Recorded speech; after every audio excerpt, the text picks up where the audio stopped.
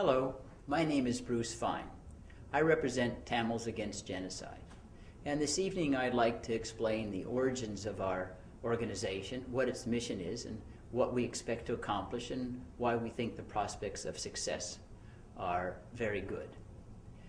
Tamils Against Genocide was formed because of the climate of impunity within Sri Lanka that has led to a devastating human rights toll. Kidnappings, extrajudicial killings, torture, displaced persons, arbitrary detentions, and the like. And Tamils Against Genocide's focus is three individuals who have strong ties to the United States. The first is Gotabaya Rajapaksa. He's a United States citizen. The other two are Lieutenant General Sarath Fonseca. He is a green card holder in the United States and a major player in the effort to exterminate Tamils from the island of Sri Lanka. And the third is Basil Rajapaksa, a senior presidential advisor and key member of parliament, who also is a green card holder. Of course, the reason why these three were selected is that it gives the United States a far greater political justification, if you will, for hailing them into justice in United States courts for violating laws against genocide, torture, crimes against humanity, and other kinds of heinous activities in violation of the United States Criminal Code. Tamils Against Genocide believes that the indictments and prosecutions of these individuals in the United States would substantially deter the Sri Lankan government from continuing their campaign of extermination against Tamil civilians in Sri Lanka itself. Moreover, if there were indictments, there's always the possibility of approaching the Sri Lankan government and exchanging the dropping of the indictments for a cessation of the violence, indiscriminate killings in Sri Lanka, and moving towards peaceful negotiations that could eventuate either in Tamil statehood or self-determination, a right that belongs to every people throughout the world.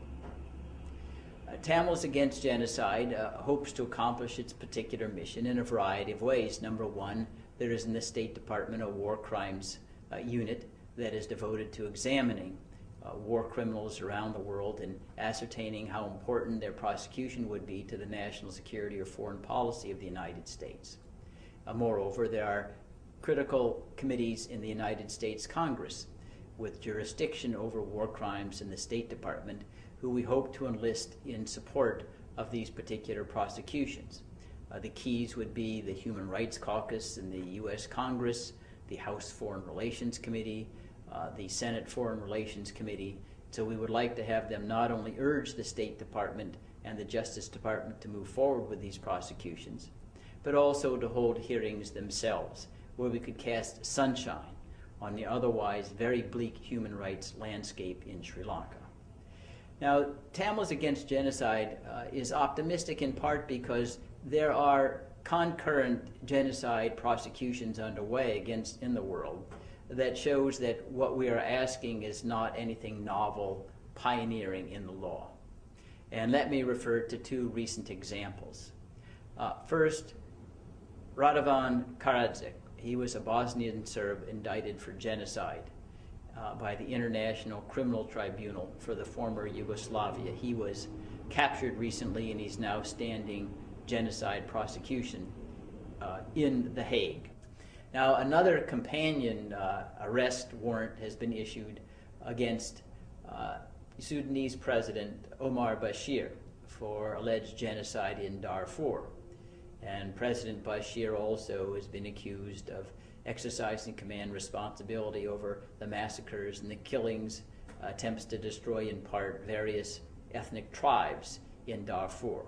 Defense Secretary Gotabaya Rajapaksa is guilty of genocide crimes against Tamils that make the corresponding indictments against Bosnian Serb Radovan Karadzic and President Bashir of Sudan look like tea parties. Let's just review the facts. More than 1,500 Tamil civilians dead, 250,000 displaced, scores kidnapped, unlimited numbers of arbitrary detentions, and 1,000 days elapsed and not a single prosecution and punishment of anyone. And we know this toll is vastly understated for two reasons.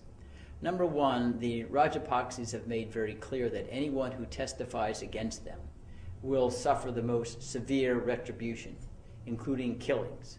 And I myself have been approached by several Sri Lankan Tamils in the diaspora and told that absent the fright they would be willing to talk, but they can't put something in an affidavit and make it public because either their loved ones or their property is back in Sri Lanka, and they fear the kind of retribution that would sorely tax any individual.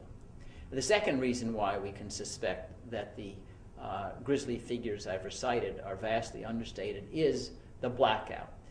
There is no willingness of the Rajapakse administration to permit any human rights observers in the North or the East, to permit any foreign independent journalists in the North or the East. Indeed, those who are independent are typically intimidated by the Rajapakse administration.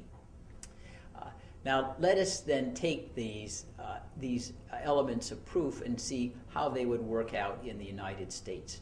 There are laws here that prohibit genocide perpetrated by any United States national, whether or not the actual crime and wrongdoing is in the United States or abroad. So it clearly has application to Gotabaya Rajapakse for his crimes that he's participated in, exercising command responsibility over the paramilitary troops and the soldiers in Sri Lanka itself. So there's no doubt the United States has jurisdiction to try Gotabaya Rajapakse. Moreover, there are companion crimes against humanity, such as torture, that apply in the United States irrespective of whether or not you have a citizen involved, like green card holders Fonseca and Basil Rajapaksa. So there's clearly jurisdiction under United States law to try these two for torture in Sri Lanka during the campaign that's been underway for the last decades in the North and the East.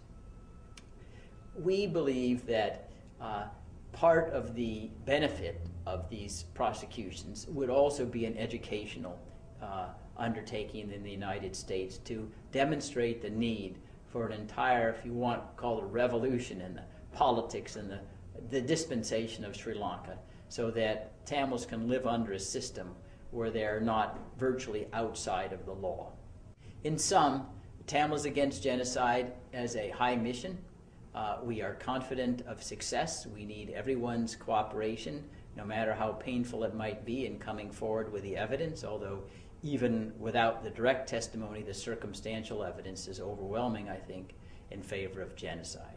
And we'll be back giving you a weekly update of genocide statistics and the progress, and we hope that will encourage you to continue to offer your support. Thank you, and good evening.